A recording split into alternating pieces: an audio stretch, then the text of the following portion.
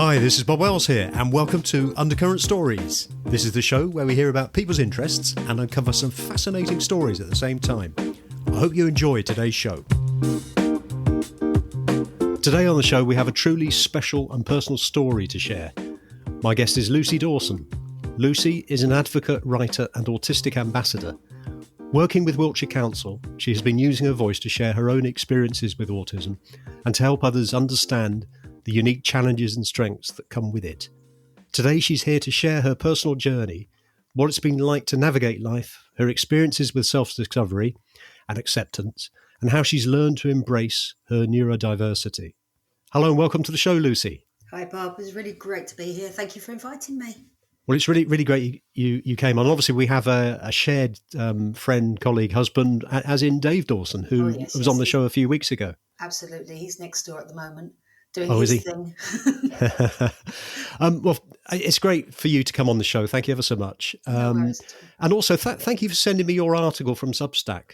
I found it very interesting. For me, it gave me a much better understanding of the impact that autism can have on people's lives and the examples that you gave. Yeah, and the examples you gave on your own coping mechanisms, such as dress and identity. Please, can you tell us initially about your life growing up?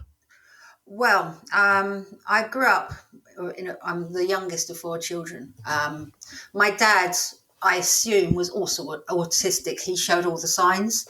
There are really things that would ring bells with me at the moment. Things like the fact that he didn't like to go out. He didn't like the cinema, or he didn't like parties. He had no friends, So our house was quite a closed house, as it were. So we would spend all our time together as a family unit. And he said that family was all, and he didn't want to know anything about, he didn't socialise. And in a way, that's kind of nature and nurture for me. I'm not sure how much, if he'd been more sort of like liberal with sending us out of the house, or if we were allowed house guests in, maybe my condition wouldn't be so bad. But but during the 70s, autism wasn't spoken about. It wasn't a word that was used, and it certainly wasn't a common condition for people to kind of discuss. So I grew up not really knowing what was going on with me. All I know is, as a child, I was very insular, quite quiet. When I got to my teenage, I knew that I didn't fit in. I knew that I wasn't part of the in crowd at all. And I searched out really fringe things that I could be part of, focus on. And I kind of rebelled in the way I dressed, mostly as a kind of a way of masking myself. Because if you dress in a certain way, you kind of portray a certain attitude. And, I think I was trying to get people to be distant from me, really, and let me just go my own path. But I did used to dress very bizarrely in my teenage years. So was this during the sort of 80s sort of goth, new romantic sort of era? 90s, early 90s, yeah. I was into a particular band, which Dave might have talked about, actually, called Cardiacs, and they were really under the radar, but they had a group of really rabid fans that we were just like a big family that stuck together.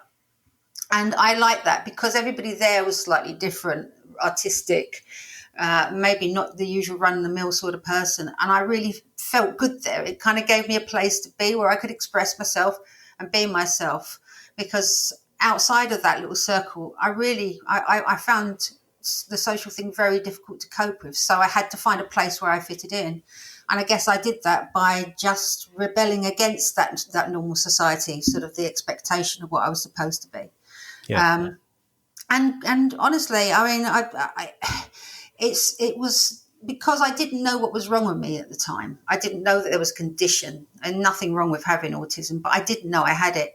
It meant that I was having to push myself into uncomfortable places sometimes. I would try and go to parties, and it just wasn't me. I couldn't stay there for more than sort of an hour before I was really ticking and wanted to get home.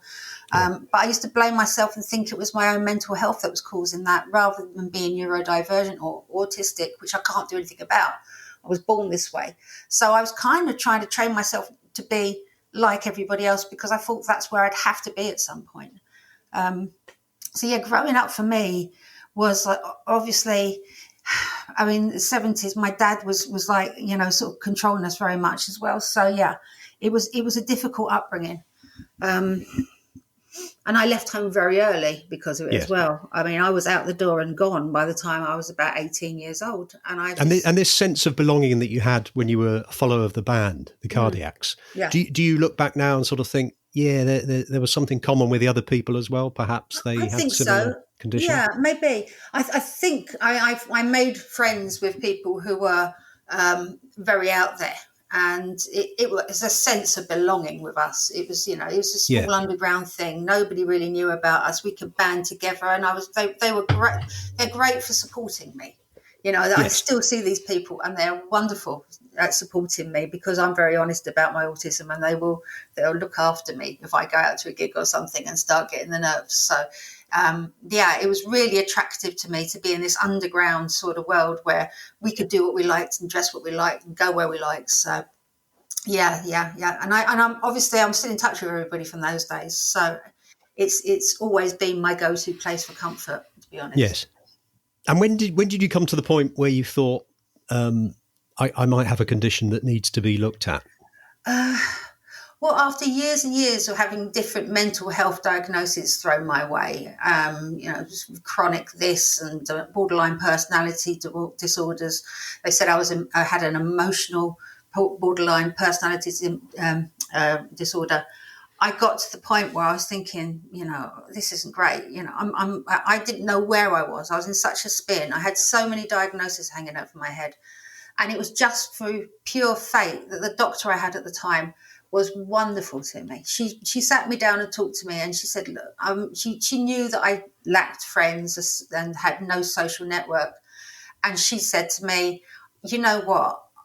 I think we should discover what this autism thing's about with you. See if that's something that you fit into the criteria of. Yes. And she led me. But before that, to be honest, nobody had spoken about it. Everybody said it was mental illness. Everybody said that, if I took this pill or had this therapy, then it would go away. But that initial push was from having just a really good doctor, good GP, who said, we need to refer you because this has to be ruled out. Which was something in itself, actually. And that kind of, it opened a door for me. But going through that process of getting the autistic diagnosis it became more and more important because I really looked into it and I thought everything is really fitting in. So I realised that I wasn't sociable. I didn't have friends, like close friends. I prefer to stay home than go out. I have, various things. And so I thought autism might be the thing. I also, sort of bore in mind the fact that my dad, as far as I can really ascertain, really had a lot of the symptoms of autism, and also some of my siblings as well. So for me, it became a bit of a crusade just to find out for everybody whether this is something that was, in the family. And when you were officially diagnosed, I know you said that, towards that you were suspecting it, but when you were officially diagnosed, how did you feel? Relief, a bit emotional. Yeah. Because getting there was difficult.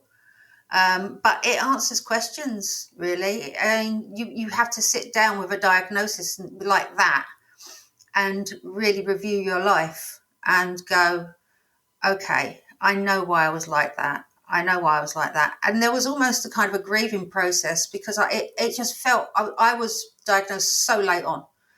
I was 43 and I was landing with a diagnosis which really covered from my birth up to that point. And you had to be really reflective on it and go, okay, so here I am, in my 40s, and all these years I've been blaming myself for the things that I can't do. I've been blaming myself for not being sociable enough or having panic attacks in pubs because I didn't want to meet people. And I thought, I don't really need to be apologising for these things or trying to change them. It's just me. Yeah. Now, it's probably very useful at this point, Lucy. Most of us have, and most listeners they'll have heard of autism. Mm-hmm. And we've all got various levels of understanding. Obviously, if you're a health professional, you probably know a bit more, or a teacher or something. But for those of us who know very little about autism, could you just explain the condition, please? Autism is just something you're born with, and you're born with a different brain. It's neurodivergent, so you don't think like other people. Being a spectrum, it's really very difficult to explain it in a simple soundbite, because they call it ASD, and it really is. For me, I don't have any learning difficulties or any comorbidities in that sense, but it's a really difficult. It's kind of a difficult thing to be able to sum up. For me, Yes. sociability is terrible. I don't fit into the crowd at all. I don't have any like what I would call close friends. I don't have regular contact with anybody. I am really bad with anybody coming into my house, or if I have to go on a trip, then I have to plan everything to the nth degree. I have just aversions to things in life. I will go. I would. It's really difficult to kind of put it into words, but I just feel that there is a difference in me sometimes, and I can't. I want to be able to go out and socialise and talk and go to gigs and be friendly, but my body just won't let me do it. It's interesting that, I've heard it said we're all on different levels. There's a spectrum to it. So some people may have it more acutely than others.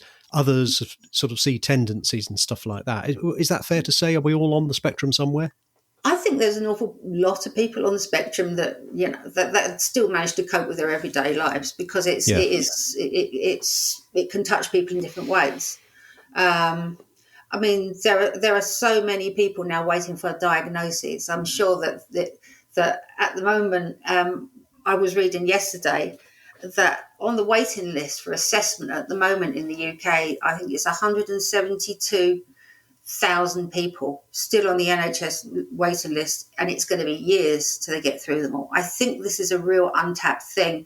I think the medical profession are just really scratching the surface at the moment, and I think it's more common than anybody would realise. Yes. And you might not even perceive it in yourself completely, or feel fine with it, with the level of less sociability and the level of intellectual whatever. But I think that there are so many people who are just hanging in limbo and looking for answers out there. And I think at the moment it's becoming more and more difficult. But I'd say that everybody probably has a little bit of autism in them. And like I say, such a spectrum. So people can have virtually nothing, and some people can be disabled by the condition. I honestly, we all must have a little touch of that thinking. Yeah.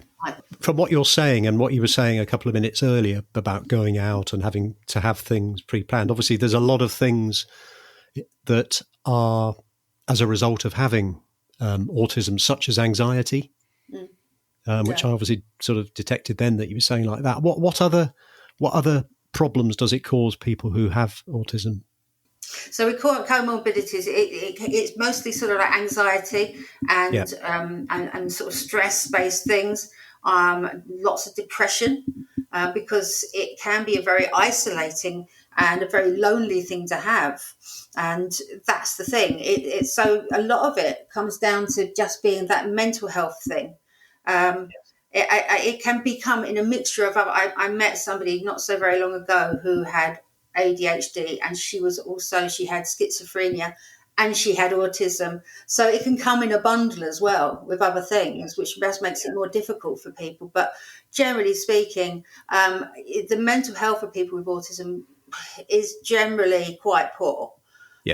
I've had my brushes with it for years. My first NHS therapist said to me at the beginning, basically that I was just always going to be depressed and, fed up and all this. But, and that's what I went with my whole life, that I was just a depressed person, that I was just an anxious person, and there was no answer to it, and it wouldn't go away. I think it's really brave and fantastic that you're able to talk about it and bring it to other people.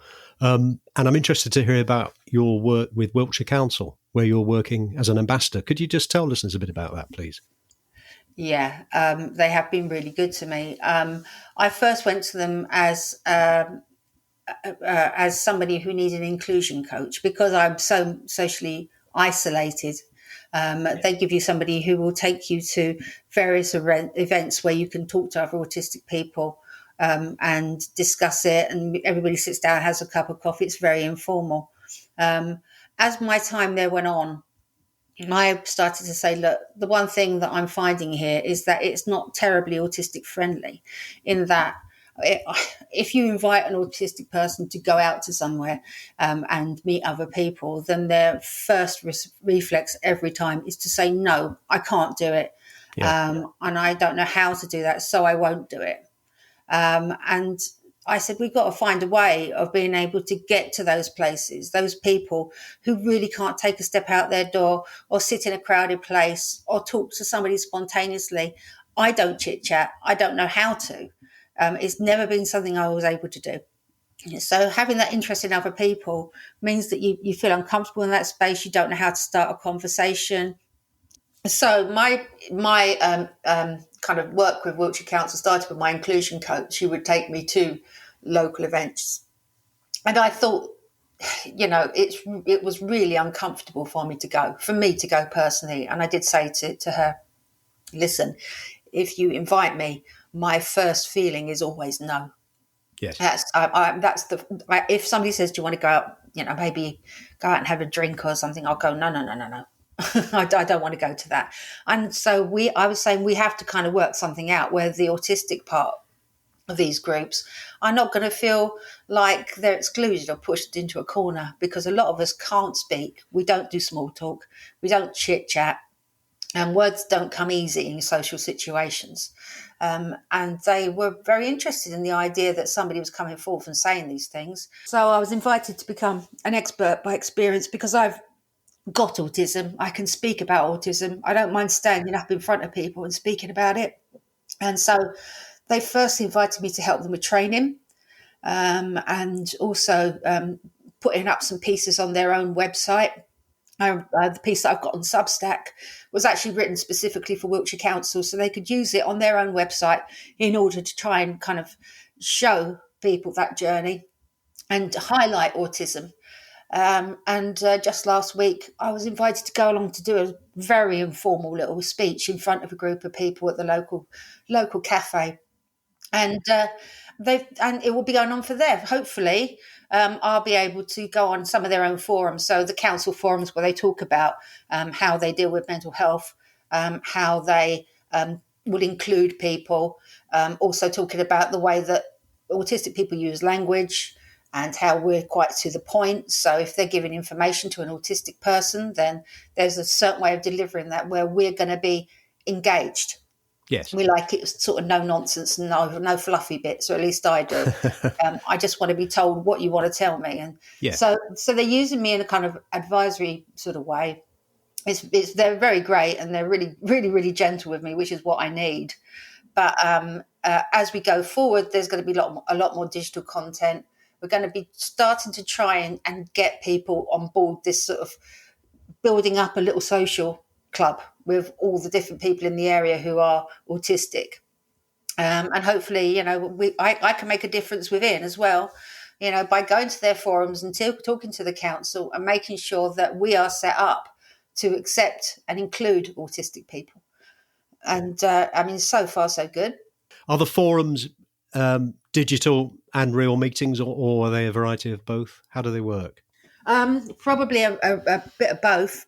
Yes. But I know that I will be doing some personal stuff in person when they do these forums. These are all big things for me. Everything I'm doing at the moment is pushing the boundaries of what I feel I'm capable of doing. I mean, being here talking to you today is pushing myself into a really uncomfortable place. Talking to a group of people in a cafe where there are people just sitting there having their tea and cake, and I'm talking really loudly and being the centre of attention. That's somewhere I don't want to be. I can imagine, like you said about us recording now, the anxiety beforehand, and also the talking when you're up in front of the people. Do you find when you're actually sort of in mid flow on the talking that you relax a bit and you begin to enjoy it? I sort of go out of body, I guess, when I'm doing it. It's really bewildering.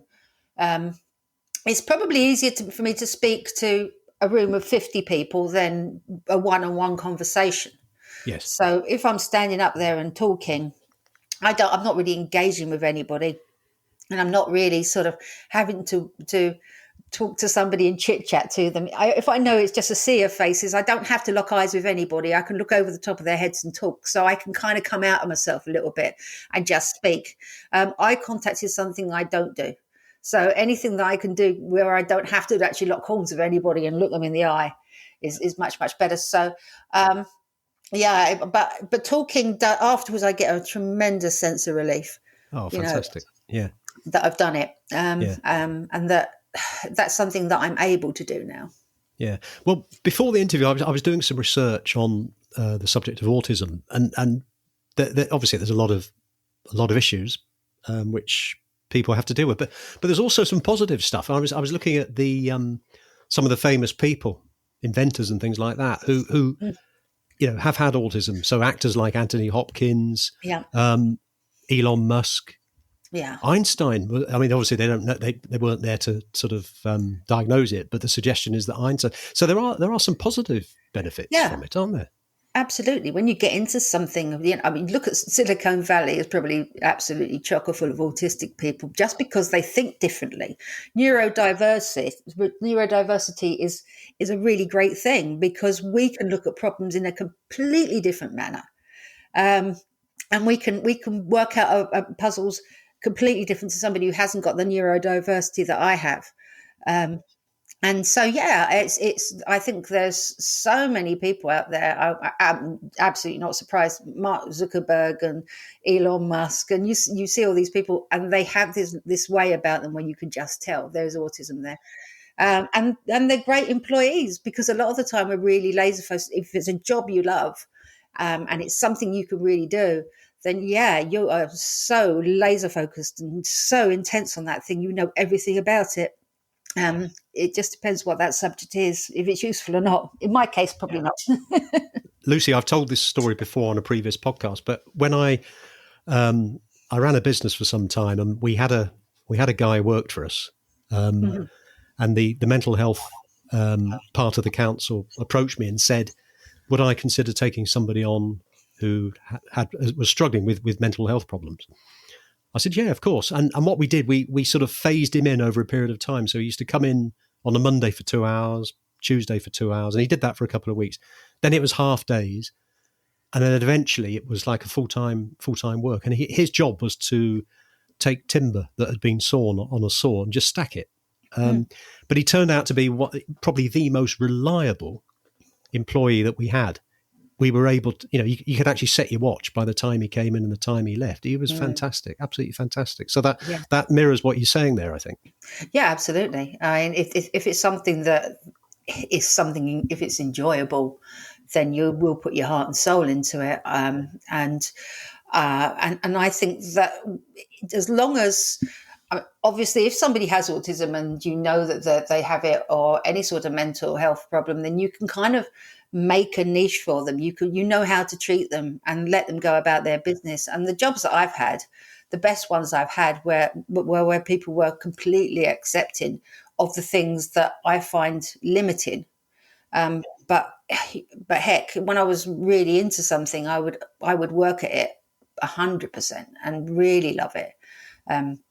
I used to work in the music industry. Used to work in a ticketing office for a theatre, and I loved it because it was a lot of problem solving, a lot of thinking around problems, and I think that's the thing. It's like once you're there, you can kind of go, yeah, I really, I'm so into doing this, and yes.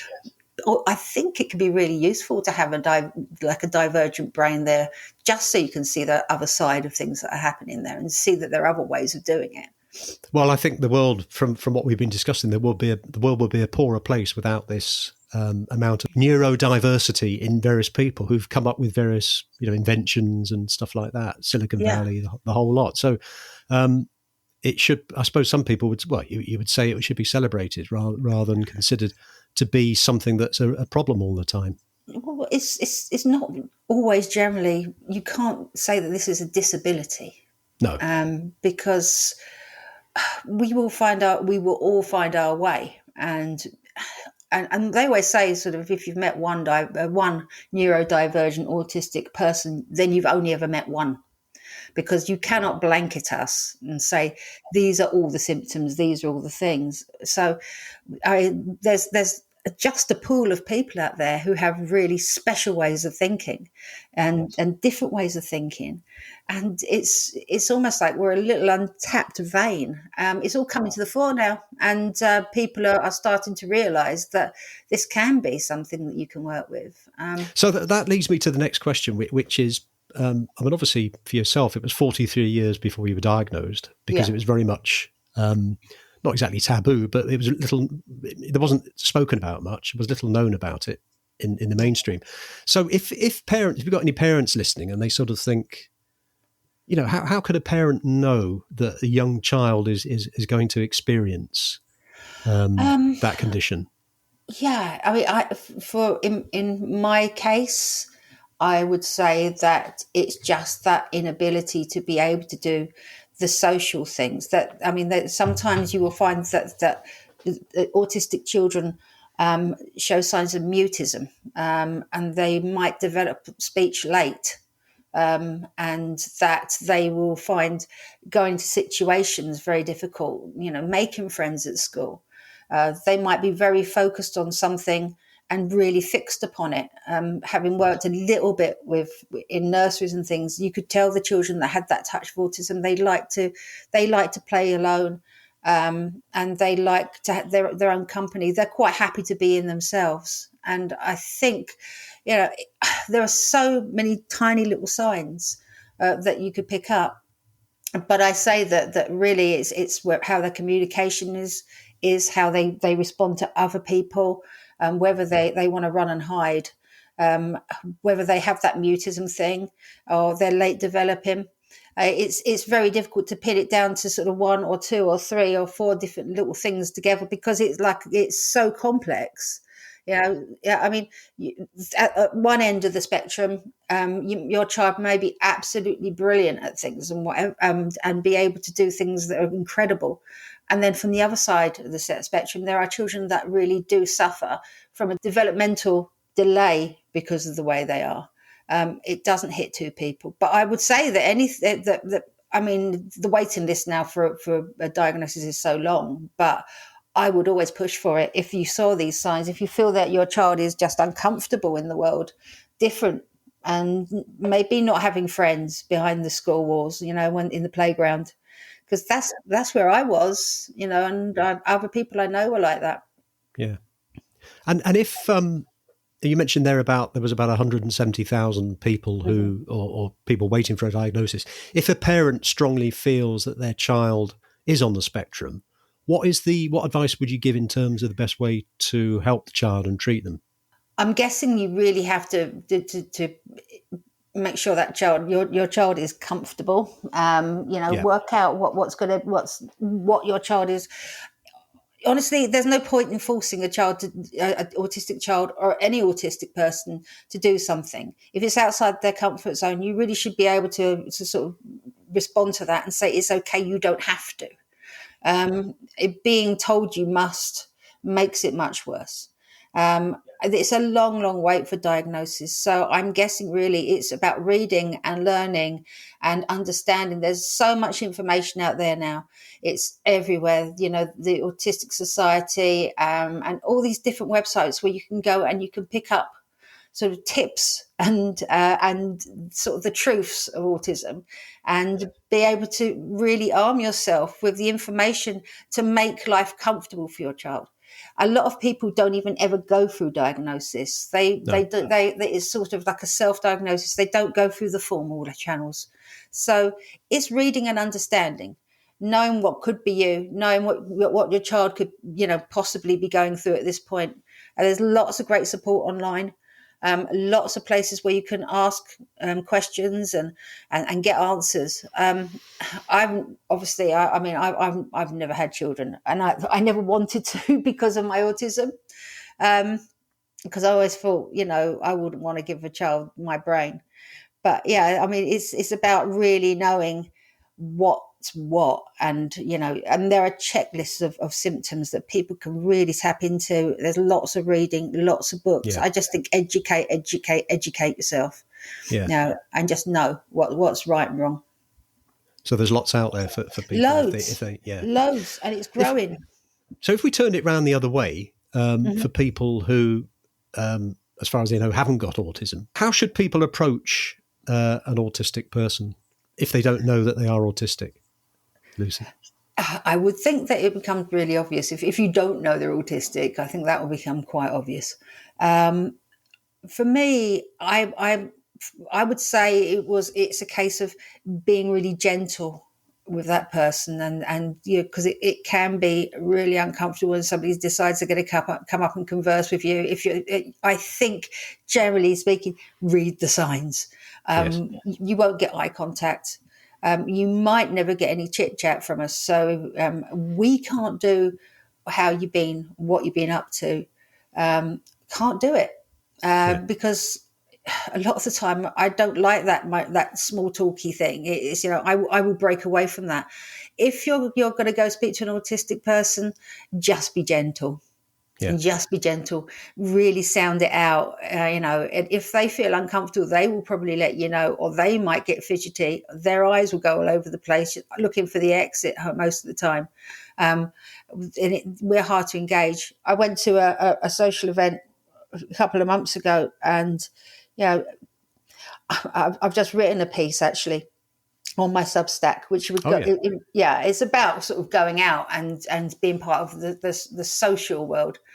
And how beforehand I'm absolutely so terrified about going. And when I get there, I tell people, in advance, I'm autistic, I'm going to be uncomfortable. And they always say, no, stick with us. If you stick with us, we'll look after you. Generally speaking, that's wrong for me. It's really kind that people do that and say, stick with us, we'll protect you from this. But I just need to be left alone. Yeah. And I will let people know that. I'm very vocal about it. Other people might not be so vocal as me. But if they look uncomfortable and they want to go, let them go. It's not because they're being rude. No. And that's the thing. I've been told in the past that I'm intimidating. Somebody called me that. And that, that I'm perceived a little bit rude. I speak quite directly. And a lot of autistic people really have that. They've got a really, really, really direct way of speaking, because they are. It's like, this is what I think, and they don't really fancy it up or sugarcoat it. So it's just really reading the signs. If somebody's looking at you and not talking, maybe it's best to let them go. Right. So basically, what people should do is, if they see somebody very, very resistant to talk, eyes going everywhere, appearing like, just be kind and gentle. Yeah. And it's an absolute fear of mine that I'm not nice enough to people who are lovely to me. I really do. I feel terrible when I'm in a situation where somebody comes up and introduces them for the first time, themselves to me, and I just want to go the other way. I can't have the conversation. And that's the thing. Yeah, it really, if they're showing signs they're uncomfortable, then that's probably good enough reason to move away. Are there any sort of percentages or numbers of how many people out of 10 are considered to be autistic? Yeah, well, I mean, I was actually searching this morning because I was trying to work out what the ratio is between the male and female diagnoses are. I mean, as far as the last numbers I've heard, in total, people with an autism diagnosis, we're looking about 700,000 people. So that's the number that is actually sort of out there at the moment as to how many people have gone through what they call the ADOS test, which is the autism test. They call it the ADOS, and have got a diagnosis at the other end. So that's 700,000 of us. That's a lot, isn't it? Yeah. It is a lot. And that's the ones that are being diagnosed. There's a lot of people going around who haven't been diagnosed. So it could be double that, perhaps? Could be. Well, as I say, if there's 177,022 precisely people waiting on that list to be diagnosed, then how many other people are waiting out there in beyond that, who haven't got there yet, who haven't even thought about getting a diagnosis yet? So we could be looking at millions of people who and I know that, and that impact of having autism for a lot of families means that they are also affected by it, and that runs into, I think it was about 200,000 families that are struggling to keep, to care for their autistic children, or having a member of the family that is autistic. So the numbers are big, and getting bigger, because I think that now people are very much more aware of it than they used to be. If you are introduced to another person who's autistic, there's obviously an immediate, I'm making assumptions here, but how do you get on with those people? Because we don't really like each other in some senses, in that, what I find to be fascinating about life, or my specialist subjects, might not be theirs.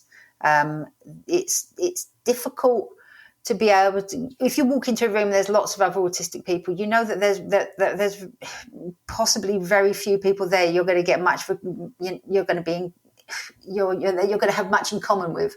So I tend to find that every time I meet an autistic person, I'm kind of on my guard. I have been talking to a lot of autistic people lately, and some are really pushy, and they want to push their side of things. So somebody would come up with me with lots of statistics and want to talk about them all because that's their thing, and they like to talk about the statistics about autism. And then there are other people who are really shy. I don't have any autistic friends, essentially, because I've never met another autistic person that I can go click with, and that will really, really, really get on. And if I could find a group of people that thought like me, I think that'd be 1 in a million, because we're all different. That's the thing. It's not like having a particular disability where you can kind of say, this is the way it's going to be with everybody, because it's such a spectrum. I'll meet other people and think, oh, no, I don't like you at all. Which sounds a bit unfair and a bit cruel, but it's just the way that I just think, no, I'm not going to get on with you. No, I understand that. Yeah. Lucy, if we've got any listeners who feel that they are showing autistic tendencies and do feel that they might benefit from a diagnosis, what would you say to them? I say really go to your GP and find out your options.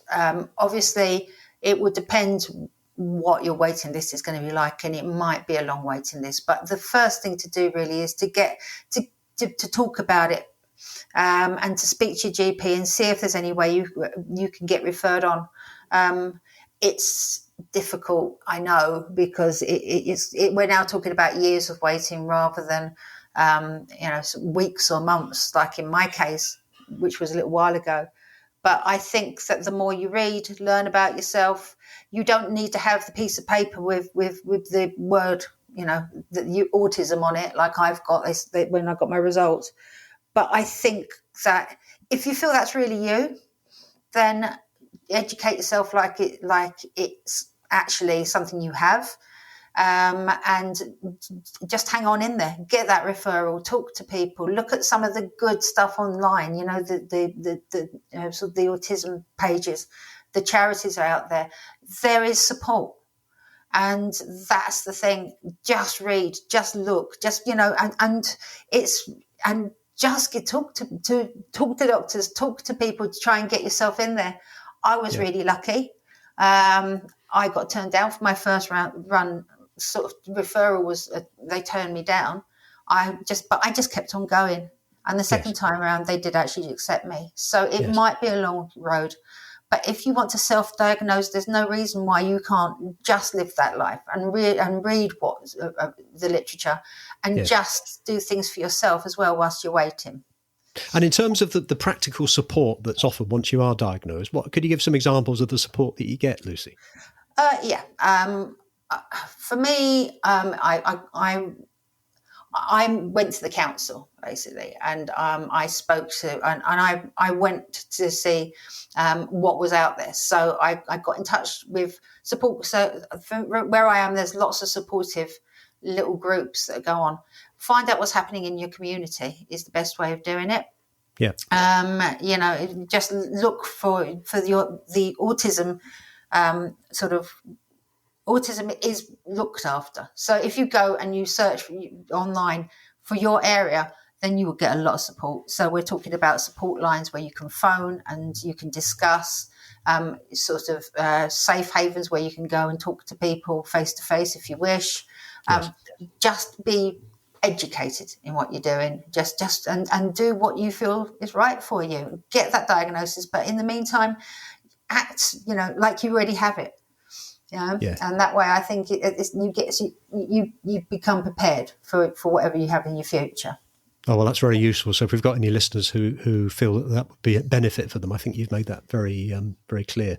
Yeah. Where can people find out more about autism itself and also the work that you do with the council? So like the National Autistic Society, that will give you a good overview of how things are at the moment. It gives you an idea about, sort of how what the world looks for autistic women. And for girls as well. It talks about the history of autism, causes. It's basically like a one-stop shop for a lot of information in one place, and I think that's a great place to start.